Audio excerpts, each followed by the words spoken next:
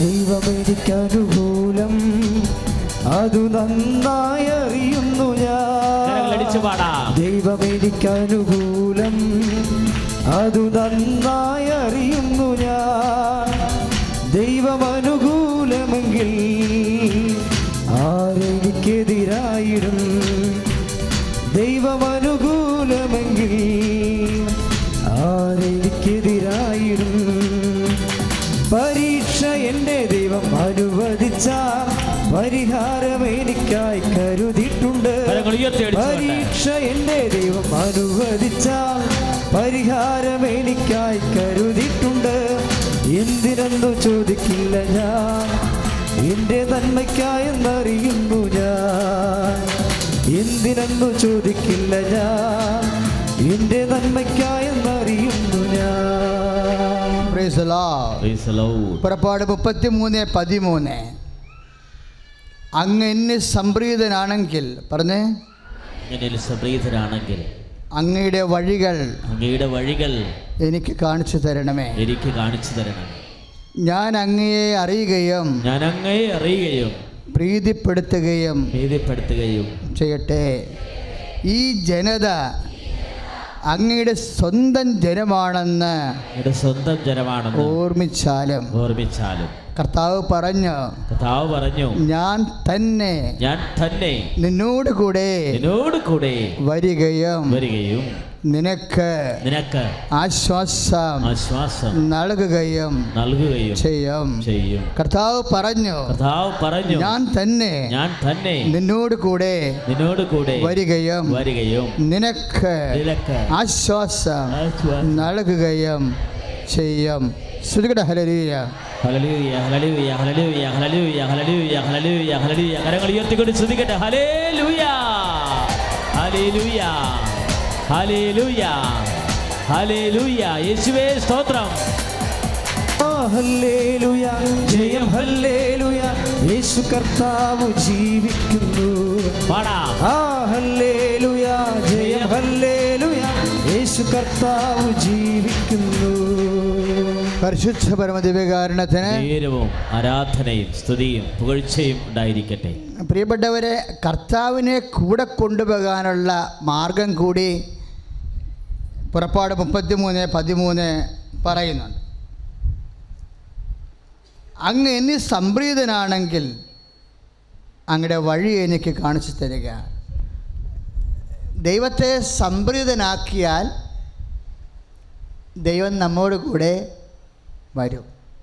അപ്പോൾ ഉടമ്പടി അന്വേഷിക്കുന്നത് എങ്ങനെ ദൈവത്തെ സംപ്രീതമാക്കാവുന്ന. നമ്മുടെ നിബന്ധനകളെല്ലാം അതിനുള്ളതാണ്. നമ്മുടെ നിബന്ധനകളിൽ അവൻ പറഞ്ഞതുപോലെ ചെയ്യുന്ന നിബന്ധനകളില്ലേ, അതെല്ലാം എന്തിനാ ഉദ്ദേശിക്കണത്? അതിൽ തന്നെ ഉദ്ദേശമില്ല, അതൊരു മാർഗമാണ്. ഉടമ്പടി നിബന്ധനകളെല്ലാം ഉടമ്പടിയുടെ മാർഗങ്ങളാണ്. ലക്ഷ്യമെന്താ? ദൈവത്തെ പ്രീതിപ്പെടുത്തുകയാണ് ലക്ഷ്യം. ദൈവത്തെ അതിൻ്റെ മക്കൾ ചെയ്യണം. ഉടമ്പടിയുടെ നിബന്ധനകൾ നിവർത്തിക്കുമ്പോൾ ഇപ്പം നിങ്ങൾ 3 പാപങ്ങൾ വെറുത്തുപേക്ഷിക്കണില്ലേ, അതെൻ്റെ ഉദ്ദേശം എന്താണ്? അനുദപിക്കുക, സുവിശേഷത്തിൽ വിശ്വസിക്കുക എന്ന് അവൻ പറഞ്ഞതാണ് അല്ലേ? അവൻ പറഞ്ഞതാണ്, ഈശോ പറഞ്ഞതാണ്, അമ്മ പറഞ്ഞത്. ജീവിതത്തിൻ്റെ ഇല്ലായ്മ കാലഘട്ടങ്ങളിൽ ദൈവത്തിൻ്റെ വചനം പാലിച്ചാൽ ദൈവം സംപ്രീതനാകും. നിങ്ങൾ ലോകം മുഴുവൻ പോകുക, സകല സൃഷ്ടികളോടും സുവിശേഷം പ്രസംഗിക്കുക. അതിനുവേണ്ടിയാണ് നമ്മൾ പത്രം വാങ്ങിച്ച്, സുവിശേഷ പത്രം വാങ്ങിച്ച് ലോകം മുഴുവൻ പോയിക്കൊണ്ട് നമുക്ക് പറ്റണ ലോകത്തെല്ലാം നമ്മൾ വിതരണം ചെയ്യണത്. അവൻ പറഞ്ഞതാ. അപ്പോൾ ഈശോനെ അറിയാത്തവരറിയും, അറിഞ്ഞവർ ആഴപ്പെടും. ഇങ്ങനെ ഓരോ കാര്യവും ഇങ്ങനെ ചെയ്യുമ്പോൾ എന്താ ഉദ്ദേശം? ദൈവത്തെ പ്രീതിപ്പെടുത്തുകയാണ്. ദൈവത്തെ പ്രീതിപ്പെടുത്തിയാൽ ഇപ്പം നമുക്കറിയാം ദൈവത്തെ പ്രീതിപ്പെടുത്തണം എങ്ങനെയാണ്? മുറപ്രകാരമുള്ള ഹനനയാഗങ്ങളിലെ സങ്കീർത്തനം 46 ഏറ്റു പറഞ്ഞ് മുറപ്രകാരമുള്ള ഹനനയാഗങ്ങളിലെ ഹോമയാഗങ്ങളിലെ ഞാൻ സംപ്രീതനായില്ല. അപ്പോൾ ഞാൻ പറഞ്ഞു, പിതാവേ ഇതാ ഞാൻ വരുന്നു, അങ്ങനെ ഇഷ്ടം നിറവേറ്റുകയാണ് എൻ്റെ സന്തോഷം. അതാ സങ്കീർത്തനം 46. എന്താണ്? ദൈവത്തിനെ എങ്ങനെയാണ് പ്രീതിപ്പെടുത്തുന്നത്? സങ്കീർത്തനം 40:6 വെച്ച് നോക്കുമ്പോൾ ദൈവത്തിൻ്റെ വചനങ്ങൾ നിറവേറ്റുമ്പോഴാണ് ദൈവം പ്രീതിപ്പെടുന്നത്. അതാണ് അവൻ പറഞ്ഞതുപോലെ ചെയ്യാൻ പറഞ്ഞിരിക്കുന്നത്. അവൻ പറഞ്ഞതുപോലെ ഉടമ്പടിയുടെ മർമ്മം അതാ. അപ്പോൾ ഉടമ്പടി നിബന്ധനകൾ എപ്പോഴും നിങ്ങളിങ്ങനെ കർക്കശ്യമായിട്ട് ഒരടയാളവും ഉടനെ കിട്ടിയില്ലെങ്കിൽ പോലും എൻ്റെ മക്കൾ നിർബന്ധിക്കണത് അടയാളം കാണുന്നുണ്ടോ ഇല്ലേ എന്ന് ചിന്തിക്കരുത്. മറിച്ച് കർത്താവിൻ്റെ തിരുസന്നിധി ചെയ്ത നിബന്ധനകൾ നിറവേറ്റുന്നുണ്ടോ? കാര്യം എന്താണ്? നിബന്ധനകൾ എന്താണ്? ദൈവഹിതമാണ്. ദൈവഹിതം നിറവേറ്റുമ്പോഴാണ് ദൈവം പ്രീതിപ്പെടുന്നത്. ദൈവം പ്രീതിപ്പെടുമ്പോൾ വഴികൾ തെളിയും. അതാണ് പുറപ്പാട് 33:13. അങ്ങ് എന്നിൽ സംപ്രീതനാണെങ്കിൽ അങ്ങയുടെ വഴികൾ എനിക്ക് ഒന്ന് പറഞ്ഞ്, അങ്ങ് എന്നിൽ സംപ്രീതനാണെങ്കിൽ അങ്ങയുടെ വഴികൾ എനിക്ക് കാണിച്ചു തരണമേ. നമ്മുടെ ഏറ്റവും വലിയ പ്രശ്നം എന്താണ്? വഴിയില്ലാത്തതാണ് അല്ലേ? കടമായാലും ശരി, രോഗമായാലും ശരി, നമ്മുടെ ബുദ്ധിക്ക് ഒരു വഴി കാണുന്നില്ല. അപ്പോൾ വഴി തെളിച്ചു കിട്ടാനുള്ള മാർഗം എന്താ? ഈ ഉടമ്പടിയാണ്. പുറപ്പാട് 13:13 എന്താണ്? അങ്ങ് എന്നെ സംപ്രീതനാണെങ്കിൽ പറഞ്ഞ്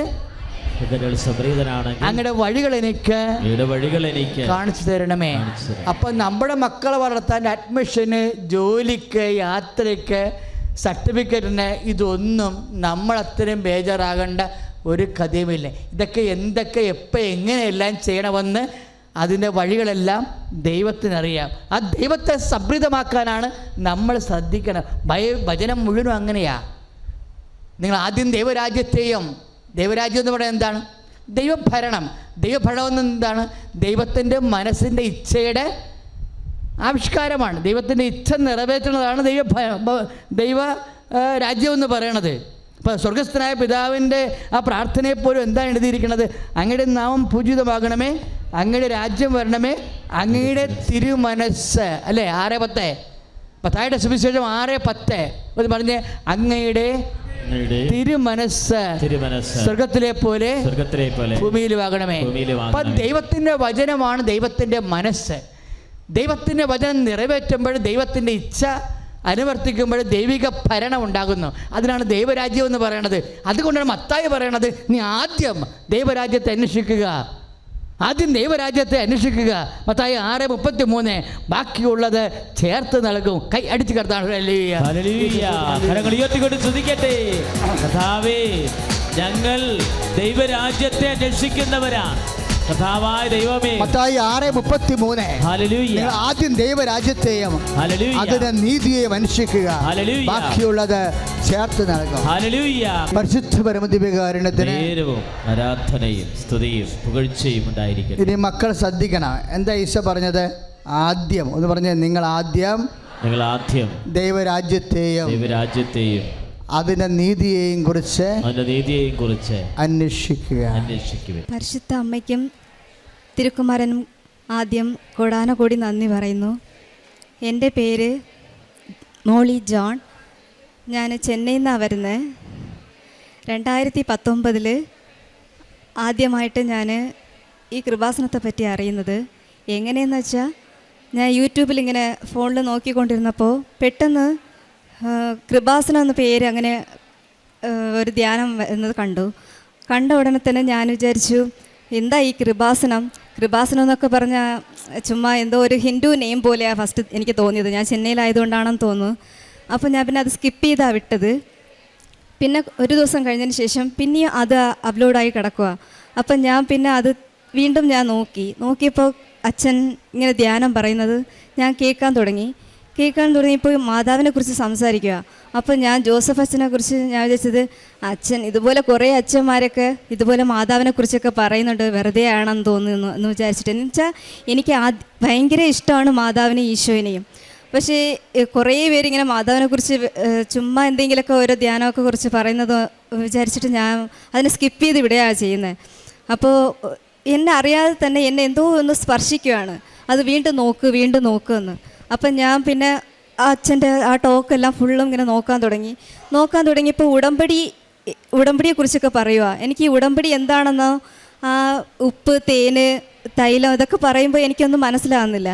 അപ്പം ഞാൻ പെട്ടെന്ന് ഈ ഉടമ്പടി എന്താ എന്ന് വിചാരിച്ചിട്ട് ഞാൻ സെർച്ച് ചെയ്യാൻ തുടങ്ങി. കുറച്ച് നേരം കഴിഞ്ഞിട്ട് എനിക്ക് മാതാവ് എന്തോ ഒരു സംരക്ഷണം തരുന്നത് പോലെ എനിക്കെന്തോ ഒരു വൈബ്രേറ്റ് ആകുന്നു, വീണ്ടും നോക്കുമെന്ന്. അപ്പോൾ പിന്നെ ഉടമ്പടി എന്താണെന്ന് ഞാൻ നോക്കാൻ തുടങ്ങിയപ്പോൾ ആ ഉടമ്പടിയിൽ പറഞ്ഞിട്ടുള്ള കാര്യങ്ങൾ ഈ പാപങ്ങളൊന്നും ചെയ്യാൻ പാടില്ല, പാപം ചെയ്തില്ല എങ്കിൽ ഈ 6 നിയോഗങ്ങൾ നടക്കുമെന്ന് അച്ഛൻ ഇങ്ങനെ പറയുന്നത് കേട്ടു. എന്താണ് ഈ പാപങ്ങളൊക്കെ എന്ന് പറഞ്ഞിട്ട് ഞാൻ ഈ 14 പാപങ്ങളെന്തോ എഴുതിയിരിക്കുന്നതെന്ന് പറയുന്നു. അപ്പോൾ ഞാൻ ഇതൊക്കെ കേൾക്കാൻ തുടങ്ങിയപ്പോൾ ഇങ്ങനെ മദ്യപിക്കാൻ പാടില്ല, വ്യഭിചാരം ചെയ്യാൻ പാടില്ല, അസൂയ പാടില്ല, കോപം പാടില്ല, ഇതൊക്കെ. അപ്പോൾ എനിക്ക് ഒരുപാട് ഇഷ്ടമാണ്, ഈശോയ്ക്ക് ഇഷ്ടമുള്ളത് ചെയ്യണമെന്ന് പറഞ്ഞിട്ട് എനിക്ക് ഭയങ്കര ആഗ്രഹമാണ്. പാപം ചെയ്യാതെ ജീവിക്കണമെന്ന് ഒരുപാട് ഇഷ്ടമുള്ള ആളാണ് ഞാൻ. അപ്പം ഈശോയ്ക്ക് ഇഷ്ടമുള്ള രീതിയിൽ ഇത് ജീവിച്ചാൽ നമുക്ക് ഈ 6 നിയോഗം, എനിക്ക് ഈ 6 നിയോഗത്തിലോട്ടല്ല കണ്ണ്, ഈ പാപം ചെയ്യാതെ ജീവിക്കണം എന്നുള്ള ഒറ്റ ആഗ്രഹമാണ് എനിക്കുള്ളത്. അപ്പോൾ എനിക്ക് ഭയങ്കര സന്തോഷമായി. ഈ പാപങ്ങളൊക്കെ ചെയ്യാതെ തന്നെ എനിക്ക് ജീവിക്കണമെന്ന് പറഞ്ഞിട്ട് ഞാൻ ഈ പ്രത്യക്ഷീകരണ പ്രാർത്ഥന എന്താണെന്ന് ഞാൻ നോക്കാൻ തുടങ്ങി. നോക്കിയിട്ട് ഒരു പേപ്പറിൽ എഴുതി വയ്ക്കുക ഈ പ്രാർത്ഥന എന്താണെന്ന് വെച്ചാൽ, അമ്മയെ പരിശുദ്ധമ്മേ ദൈവം മാതാവേ, കൃപാസനത്തിലൂടെ ഞങ്ങളുടെ ദേശത്തിനും അമ്മ മാധ്യസ്ഥം നേടിത്തന്ന എല്ലാ അനുഗ്രഹങ്ങൾക്കും കൃപകൾക്കും നന്ദി പറയുന്നു. അമ്മയെ പരിശുദ്ധമ്മേ ദൈവം മാതാവേ, 2004 ഡിസംബർ 7-ാം തീയതി ഉച്ച കഴിഞ്ഞ് 2:30 കൃപാസനത്തിൽ സംഭവിച്ച അമ്മയുടെ പ്രത്യക്ഷപ്പെടലിനെ കുറിച്ച് തിരുസഭയ്ക്ക് സമർപ്പിച്ചിരിക്കുന്ന പഠനരേഖകളുടെ മേൽ ഇങ്ങനെ തുടർന്നുകൊണ്ട് പോവുക.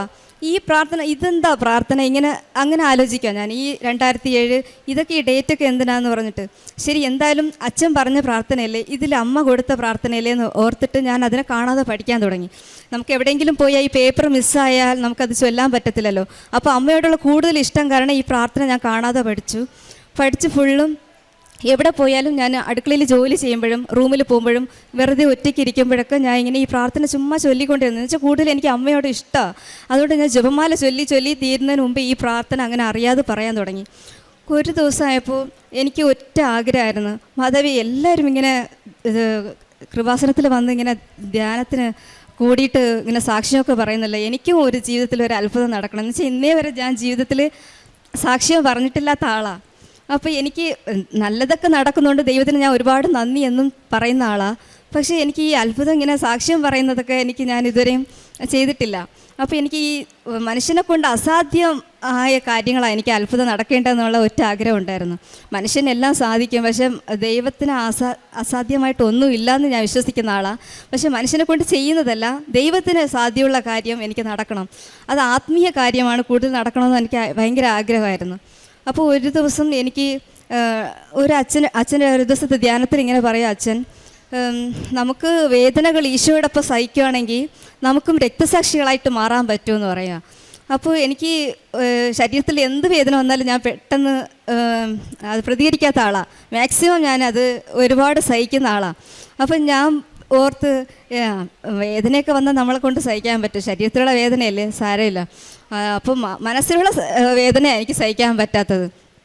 അപ്പോൾ ഒരു ദിവസം ഞാൻ ഇങ്ങനെ ജപമാലയൊക്കെ കഴിഞ്ഞ് രാത്രി എല്ലാവരും ചോറൊക്കെ കഴിച്ചിട്ട് ഉറങ്ങാൻ പോകുന്ന സമയത്ത് പെട്ടെന്ന് ഒരു വേദന വയറ്റിൽ വേദന വന്നപ്പോൾ ഞാൻ ഇങ്ങനെ ചേട്ടനോട് പറയാം, ചേട്ടാ എനിക്ക് ഒരു വയറുവേദന. അപ്പോൾ ഞാൻ വിചാരിച്ചു എന്തെങ്കിലും ഗ്യാസ്ട്രിക് ആയിരിക്കുമോ വേറെ എന്തെങ്കിലും വേദന ആയിരിക്കുമോ എന്ന് വിചാരിച്ചിട്ട് ഞാൻ അത് സാരാക്കിയില്ല. പിന്നെ കഴിയും തോറും കൂടുക വേദന കൂടി വന്ന് ഒരുപാട് വേദനയായി, എനിക്ക് സഹിക്കാൻ പറ്റുന്നില്ല. പിന്നെ ഞാൻ കരയാൻ തുടങ്ങി. പിന്നെ ചേട്ടനോട് പറയാം, എനിക്ക് സഹിക്കാൻ പറ്റുന്നില്ല ചേട്ടാ, വേദന കൂടിക്കൊണ്ടിരിക്കുക എന്ന് പറഞ്ഞു. അപ്പോൾ ചേട്ടൻ പറഞ്ഞു, ശരി വന്നാൽ നമുക്ക് അടുത്ത ഹോസ്പിറ്റലിൽ പോയി നോക്കാമെന്ന് പറഞ്ഞു. ഹോസ്പിറ്റലിൽ ചെന്ന് നോക്കിയപ്പോൾ ഡോക്ടർ പറയുക എന്തെങ്കിലും വേറെ എന്തെങ്കിലും കഴിച്ചോ ഫുഡിൻ്റെ ഇതാണോ എന്നൊക്കെ പറഞ്ഞിട്ട്. അപ്പോൾ ഞാൻ പറഞ്ഞു പറ്റുന്നില്ല ഡോക്ടറെ, എനിക്ക് ഇന്ന് ഡോക്ടറെ അറിയാനുള്ള ഡോക്ടറാണ്. അപ്പോൾ ഡോക്ടർ പറഞ്ഞു ഇല്ല. ഞാൻ പറഞ്ഞു ഇല്ല ഡോക്ടറെ, എനിക്ക് പറ്റുന്നില്ല, എനിക്ക് സഹിക്കാൻ പറ്റുന്നില്ല. ഡോക്ടർ പെയിൻ കില്ലറിൻ്റെ ടാബ്ലറ്റ് ഇഞ്ചക്ഷൻ എല്ലാം ചെയ്ത് നോക്കി, കുറച്ച് നേരം കിടത്തി നോക്കി, എനിക്ക് പറ്റുന്നില്ല. പിന്നെ ഞാൻ ഡോക്ടർ പറയാം ഇല്ല, ഞാൻ ഒരു മെഡിക്കൽ കോളേജിൽ എഴുതി തരാം. ചെന്നൈയിൽ രാമചന്ദ്ര മെഡിക്കൽ കോളേജിൽ ഞങ്ങൾക്ക് എഴുതി തന്നു. രാത്രി 10-11 മണി ഇരിക്കും. ഉടനെ പറഞ്ഞ് സ്കാൻ ചെയ്ത് നോക്കിയാൽ ചിലപ്പോൾ മനസ്സിലാകും. അങ്ങനെ ഞങ്ങളൊരു ഓട്ടോറിക്ഷ പിടിച്ച് അങ്ങനെ പോവുക. ഭയങ്കര മഴ. ആശുപത്രിയിൽ പോയി ചെന്ന് ഇറങ്ങിയ ഉടനെ ഡോക്ടറൊക്കെ പറയുക എന്ത് വേദന എന്നറിയില്ല, പെട്ടെന്ന് സ്കാൻ ചെയ്ത് നോക്കിക്കേന്ന്. സ്കാൻ ചെയ്ത് നോക്കിയപ്പോൾ അവിടെ പറയുക നിങ്ങൾ 3ാമത് കൺസീവാന്ന് പറഞ്ഞപ്പോൾ എനിക്ക് ഒരുപാട് സന്തോഷമായി. എന്നുവെച്ചാൽ ഞാൻ 2 മക്കളോടെ നിർത്തുമെന്ന് വിചാരിച്ച ആളാണ്. 3ാമതൊരു ദൈവം തന്നല്ലോ എന്ന് പറഞ്ഞിട്ട് ഒരുപാട് സന്തോഷം. ഈ വേദനയിൽ സന്തോഷിക്കുകയാണ് ഞാൻ. അപ്പോൾ വേദനയിൽ ഇങ്ങനെ സന്തോഷിച്ചുകൊണ്ടിരിക്കുമ്പോൾ ഡോക്ടർ പറയാം വേദന ഉണ്ടോ എന്ന് പറഞ്ഞാൽ നമുക്ക് ഒരുപാട് സഹിക്കാൻ പറ്റുന്നില്ല. അപ്പോൾ പിന്നെ ഇനിയും ഒരു സ്കാൻ കൂടെ ചെയ്ത് നോക്കിയപ്പോഴും അവർ പറയുന്ന ഓവറി ഓവറി ടോർഷൻ എന്നാണ് പറഞ്ഞത്. എനിക്ക് ഈ ടോർഷൻ എന്ന് പറഞ്ഞാൽ എനിക്ക് എന്താണെന്ന് മനസ്സിലായില്ല. അപ്പോൾ അവർ പറയാം ഓവറി ടോർഷൻ എന്ന് വെച്ചാൽ ഈ കുഞ്ഞ് ഗർഭപാത്രത്തിൽ ഇരിക്കുക, ഓവറിയിൽ ഇങ്ങനെ ട്വിസ്റ്റായി നിങ്ങൾക്ക് ബ്ലഡ് സർക്കുലേഷൻ പോകാത്തത് കാരണമാണ് ഇത്രയ്ക്കും വേദനയെന്ന് പറഞ്ഞു. അപ്പോൾ ഞാൻ പിന്നെ എനിക്ക് കുഞ്ഞിനെയും നോക്കണം, ഈ ടോർഷൻ എങ്ങനെയാണ്. അപ്പോൾ അവർ പറയാം അബോർഷൻ ചെയ്യാതെ പറ്റത്തില്ല, ഈ കുഞ്ഞിനെ അബോർഷൻ ചെയ്താലേ ഈ ഓവറി ശരിയാക്കാൻ പറ്റത്തുള്ളൂ, ഓപ്പറേഷൻ ചെയ്തെന്ന്. അപ്പോൾ ഞാൻ മാതാവിനെ നിലവിളിച്ച് കരയുക. ഞാൻ പറഞ്ഞു, അമ്മേ കുഞ്ഞുങ്ങൾ ദൈവത്തിൻ്റെ ദാനമല്ലേ, 2 കുഞ്ഞുങ്ങളെ തന്നു, സന്തോഷമായി. 2 കുഞ്ഞുങ്ങളെയും മാതാവിനോട് നേർന്ന് കിട്ടിയ മക്കളാണ്. 3-ാമതിനെ അമ്മ സമ്മാനമായി തന്നു. എന്നിട്ട് ഇവർക്ക് എന്താ ഇങ്ങനെ ഒരു ഓപ്പറേഷൻ്റെ കാര്യത്തിൽ അബോർഷൻ ചെയ്യാൻ പറയണമെന്ന് പറഞ്ഞിട്ട് ഞാൻ നിലവിളിച്ച് കരയും. അവിടെ വേദനയുടെ കരച്ചിലാണോ ഈ കുഞ്ഞിനെ അബോർഷൻ ചെയ്യണ കരച്ചിലാണെന്ന് നോക്കിയാൽ കുഞ്ഞിനെ അബോർഷൻ ചെയ്യാൻ പോണ കരച്ചിലാണ് എനിക്ക് കൂടുതലായത്. അപ്പോൾ ഞാൻ മാധവനോട് പറഞ്ഞു, മാധവേ ഞാൻ ഒരു അത്ഭുതം ചെയ്യാൻ പറഞ്ഞു, പക്ഷേ വേദനയാണ് കൂടെ തന്നിരിക്കുന്നത്. അപ്പോൾ പിന്നെ പെട്ടെന്ന് എനിക്കൊരു ബോധ്യം ഉണ്ടായി, അമ്മ എന്തോ ഒരു വലിയ അത്ഭുതം ചെയ്യാനാണ് എനിക്ക് ഈ വേദന തന്നതെന്ന് എനിക്ക് മനസ്സിലായി. ഞാൻ ഉടനെ പ്രത്യക്ഷീകരണ പ്രാർത്ഥന അങ്ങനെ ഇടപെടാതെ ചൊല്ലാൻ തുടങ്ങി. കുറച്ച് കഴിഞ്ഞപ്പോൾ ഡോക്ടർ പറയാം പെട്ടെന്ന് തന്നെ ഓപ്പറേഷൻ ചെയ്യണം, ഇല്ലെങ്കിൽ മോൾക്കും എന്തെങ്കിലും മരണം സംഭവിക്കുമെന്നാണ് പറഞ്ഞ്. ബ്ലഡ് സർക്കുലേഷൻ ഇല്ല, ബോഡി ഫുൾ നിലച്ച് പോകുമെന്ന് പറഞ്ഞു. അപ്പോൾ ഡോക്ടർ ചേട്ടനോട് സൈൻ ചോദിച്ചു, സൈൻ ചെയ്ത് കൊടുത്തു. ഞാൻ പറഞ്ഞു, ഡോക്ടറെ കുഞ്ഞിനെ ഒന്നും ചെയ്യരുത്, എനിക്ക് എന്തെങ്കിലും ആയിക്കോട്ടെ, കുഞ്ഞിനെ ഒന്നും ചെയ്യലേ ഡോക്ടറെ എന്ന് പറയുക. ഡോക്ടർ പറഞ്ഞു, കുഞ്ഞിനൊന്നും ചെയ്തില്ലെങ്കിൽ നിനക്ക് എങ്ങനെയാണ് ജീവിക്കാൻ പറ്റുക എന്ന് പറയുന്നു. അങ്ങനെ ഞാൻ മാധവനോട് നിലവിളിച്ച് കരഞ്ഞ് ഡോക്ടർ പറഞ്ഞു, രാവിലെ 8 മണിക്ക് നിനക്ക് സഹിക്കാൻ പറ്റുമോ? ഞാൻ പറഞ്ഞു, ഞാൻ സഹിക്കാം. അമ്മയും പപ്പയൊക്കെ നാട്ടിൽ തിരുവനന്തപുരത്ത് നിന്ന് വരാൻ വേണ്ടിയിട്ട് 1 ദിവസം രാത്രി കയറിയാൽ രാവിലെ തന്നെ വരാൻ പറ്റുമോ? അപ്പോൾ ഞാൻ ഡോക്ടറിനോട് പറഞ്ഞു, ഡോക്ടർ മമ്മിയും പപ്പയും വന്നതിന് ശേഷം വെയിറ്റ് ചെയ്യാതെ ഡോക്ടറെ, മോക്ക് ഈ വേദന സഹിക്കാൻ പറ്റുമോ? എത്ര ദൂരം വരെ ഈ പെയിൻ കില്ലർ നീ സഹിക്കും? ഞാൻ പറഞ്ഞു, ഞാൻ സഹിച്ചോളാം, ഞാൻ വെയിറ്റ് ചെയ്യാം ഡോക്ടറെ എന്ന് പറഞ്ഞു. രാവിലെ 8 മണിക്കില്ല 7 മണിക്ക് മമ്മിയൊക്കെ എത്തി. ഡോക്ടർ ICUയിൽ കൊണ്ടുപോവുക, എന്നെ ഓപ്പറേഷൻ തിയേറ്ററിൽ കൊണ്ടുപോയിട്ട് എന്നെ എല്ലാം ചെക്ക് ചെയ്ത് നോക്കിയിട്ട് ഡോക്ടർക്ക് ഓപ്പറേഷൻ ചെയ്യാനുള്ള എല്ലാ ടൂൾസൊക്കെ എടുത്ത് വയ്ക്കുക. അപ്പോൾ ഒരു ഡോക്ടർ എന്നെ കണ്ടിട്ട് പറയുക, ഒരു സ്കാൻ കൂടെ ചെയ്ത് നോക്കിയാലോ എന്ന് പറഞ്ഞിട്ട് സ്കാൻ ചെയ്തപ്പോൾ ഡോക്ടർ പെട്ടെന്ന് വാട്ട് എ മിറാക്കിൾ എന്ന് പറഞ്ഞിട്ട് അവിടെ നിന്ന് അലറിക്കൊണ്ട് വരുമോ എൻ്റെ അടുത്ത്.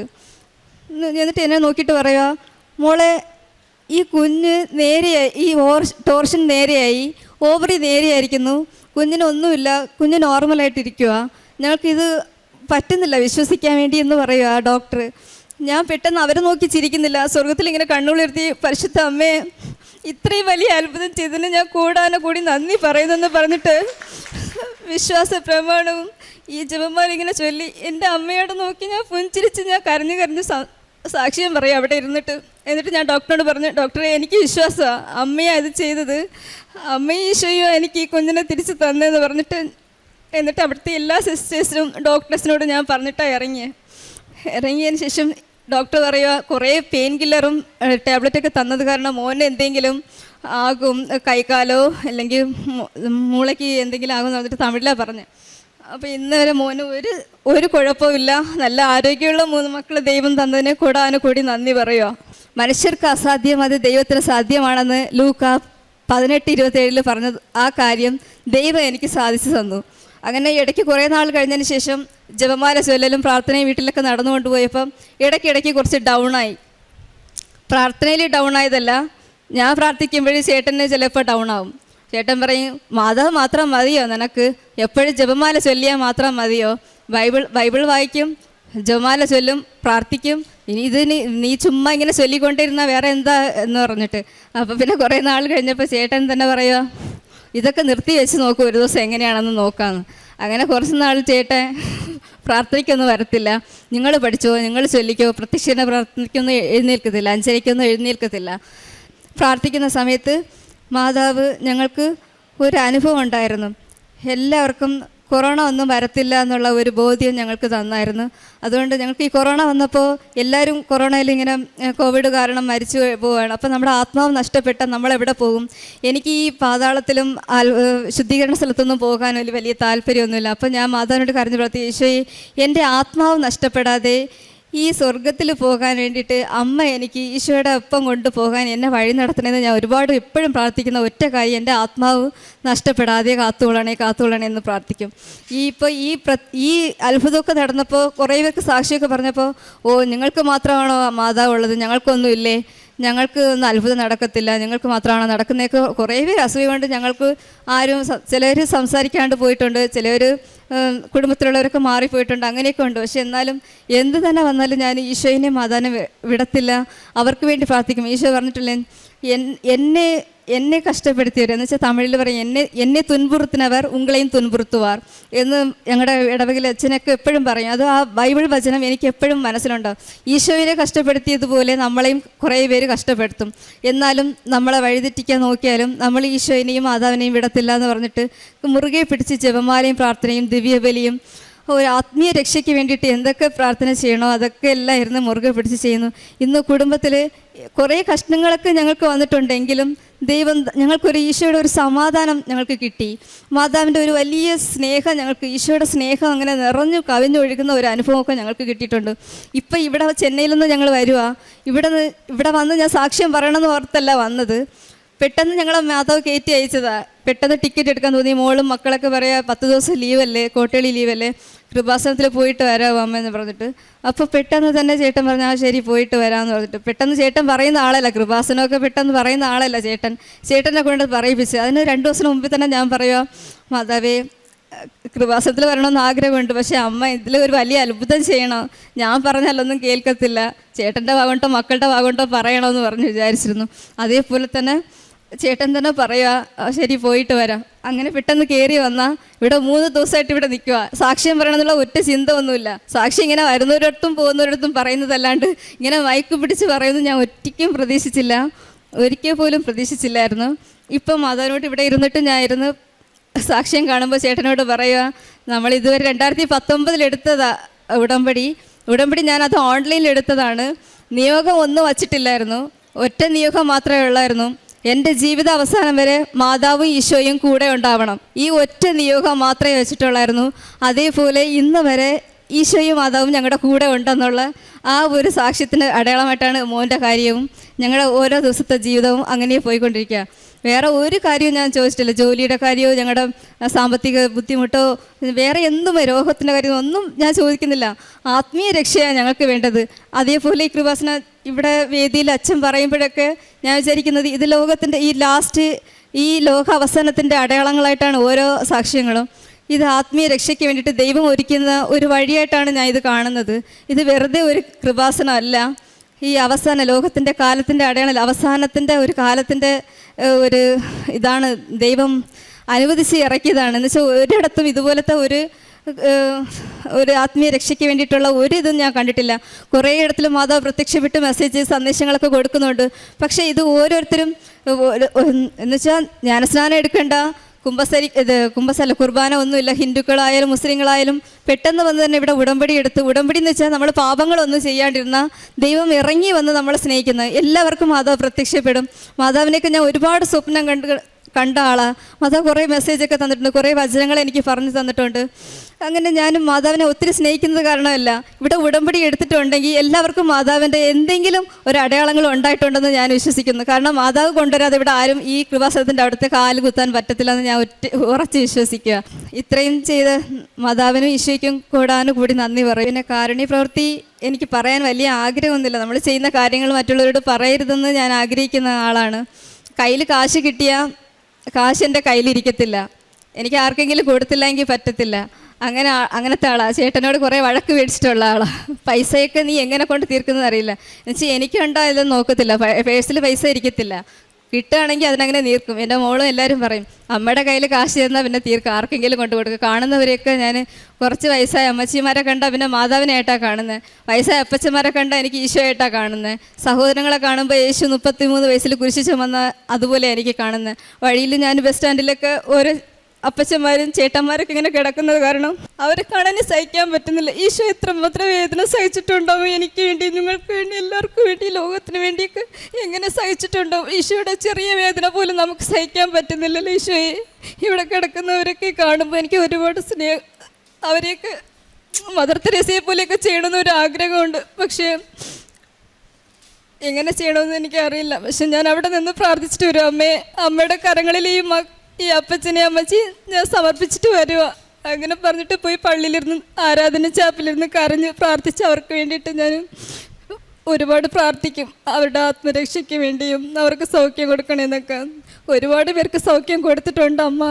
മക്കളില്ലാത്തവർക്ക് മക്കൾ കൊടുത്തിട്ടുണ്ട്. ഞങ്ങളുടെ വീട്ടിൽ 6-7 വർഷമായിട്ട് മക്കളില്ലാത്ത ഒരു അനിയത്തി, ഒരു ചേച്ചി, അവർക്ക് ഇപ്പോൾ 3 മാസമായി പ്രഗ്നൻ്റ് ആയിട്ട്. മാതാവിനെയൊക്കെ ഞാൻ ഈ പത്രമൊക്കെ കൊടുത്തിട്ട് അതൊക്കെ ഒരുപാട് സാക്ഷ്യങ്ങളൊക്കെ ഉണ്ട്. എനിക്ക് പറയാൻ പോയാൽ നിർത്താൻ പറ്റത്തില്ല, അത്രയ്ക്ക് വലിയ സാക്ഷ്യങ്ങളാണ്.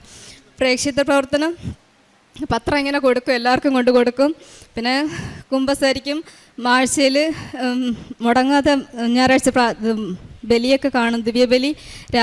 ദിവസവും ദിവ്യബലി കാണും. ഞായറാഴ്ചയൊക്കെ 2-3 ദിവ്യബലിയൊക്കെ കാണും.